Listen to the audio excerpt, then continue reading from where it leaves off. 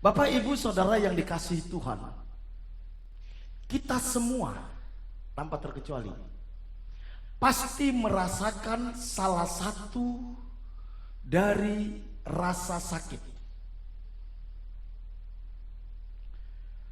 Penderitaan karena disiplin atau beban karena penyesalan.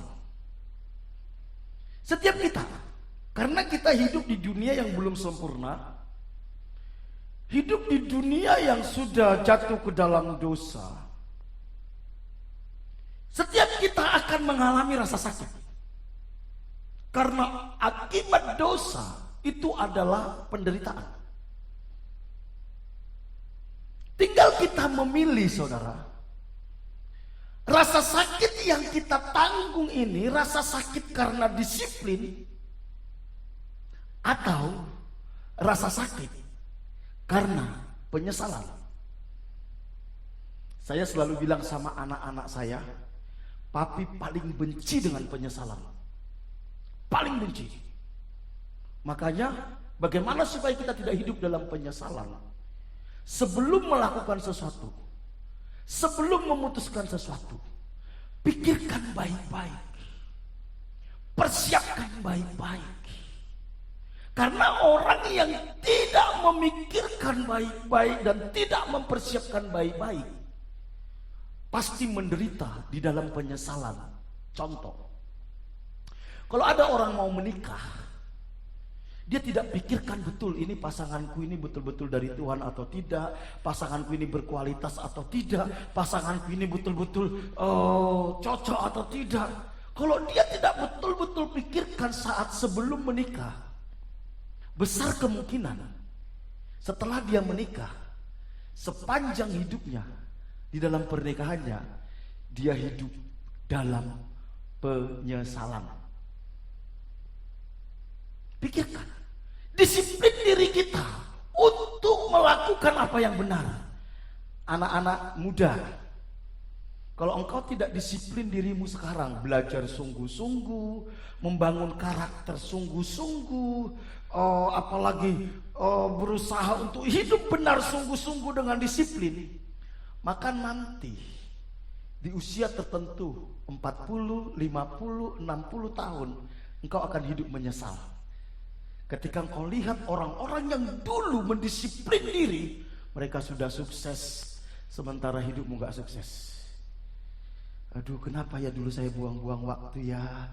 Kenapa dulu saya gak rajin belajar ya? Kenapa saya dulu ya sibuk pacaran ya? Kenapa saya dulu ya hidup main game aja ya? Memang mendisiplin sakit. Mendisiplin diri itu sakit. Tetapi hidup dalam penyesalan itu jauh lebih sakit. Kalau hari ini di dunia kita nggak mendisiplin diri, membangun kerohanian dengan benar, berusaha mengerti kehendak Tuhan dengan benar, melakukan kehendak Tuhan dengan benar, nanti setelah kita mati, kita akan menyesal selama-lamanya di kebinasaan. Bukankah itu yang terjadi kepada orang kaya yang di Alkitab? Dia merasa diberkati oleh Tuhan. Tuhan tempatkan Lazarus yang miskin di depan rumahnya. Dia tidak mendisiplin dirinya, tidak berusaha mengerti apa maunya Tuhan menjadikan saya kaya. Dia pikir Tuhan berkenan atas hidupnya karena dia kaya, sehingga hidupnya dihabiskan berpoya-poya, dihabiskan pesta. Sementara orang miskin ini, dia hidup dari belas kasihan orang. Dia disiplin hidupnya bergantung kepada Tuhan. Bisa aja dia, saudara, mencuri, bisa aja dia, saudara, ngerampok, tapi dia betul-betul dia rela miskin. Yang penting saya tidak melakukan kejahatan, yang penting saya tetap berkenan kepada Tuhan. Menderita dia selama di dunia. Tetapi Alkitab katakan suatu saat orang kaya mati, orang miskin mati. Orang kaya mati dalam penyesalan di kekekalan. selama-lamanya. Sementara orang miskin, dia menikmati duduk di pangkuan Abraham.